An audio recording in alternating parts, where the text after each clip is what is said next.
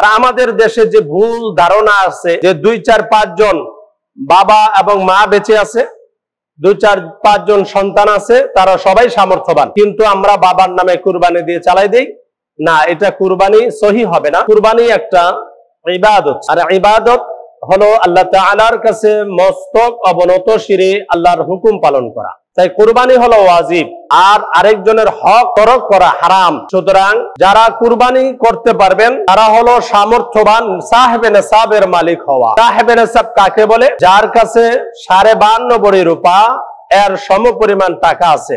স্বর্ণের হিসাব বাদ, কারণ স্বর্ণে অনেক টাকা, আমরা স্বর্ণের দিকে যাচ্ছি না।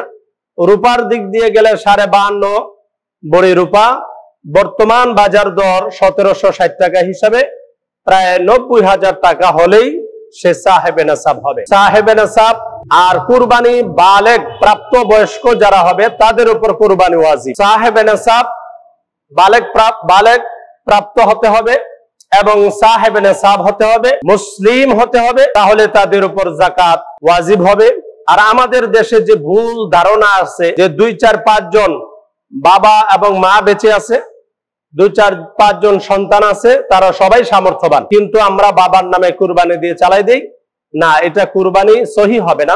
মা বাবার নামে কুরবানি দাও আলহামদুলিল্লাহ ভালো কথা, কিন্তু 5 জন যে সামর্থ্যবান, 5 জনের যে ইনকাম সোর্স আছে, তাদের 5 জনের নামে কুরবানি দিতে হবে। এটা হলো ইসলাম কোরআনের সিস্টেম, আল্লাহ পাকের নির্দেশ। সুতরাং আরেকটা আমরা আমাদের দেশে বর্তমানে যেটা ফাঁকি দিচ্ছে সেটা হলো নারীদের উপরও কুরবানি ওয়াজিব, কারণ নারীর সর্বক্ষেত্রে দায় দায়িত্ব পুরুষ নিলাম, কিন্তু সদকায়ে ফিতর যখন আসে তখন আমরা হুজুরদের বলি, হুজুর বলেন সদকায়ে ফিতর কত আসলো, তার মানে কি 100-120 টাকা, আর কুরবানি দিতে গেলে লাগে কমসে কম 30,000-40,000 টাকা লাগে। এই কারণে আর আমরা নারীদের পক্ষে কুরবানি দিতে চাই না। কিন্তু আমাদের বোঝা উচিত আল্লাহ পাকের হুকুম সঠিকভাবে পালন করতে হবে, বুঝে শুনে করতে হবে। যে ইবাদত করলে আল্লাহকে রাজি খুশি করা যায় সেই ইবাদত হলো আমি পুরুষ, আমি কুরবানি করব, পাশাপাশি আমার স্ত্রী সে যদি হকদার হয় অবশ্যই তারও কুরবানি দিতে হবে। আমি নারীর সর্বক্ষেত্র দায়িত্ব নিয়েছি, সুতরাং কুরবানির দায়িত্ব আমাকে নিতে হবে।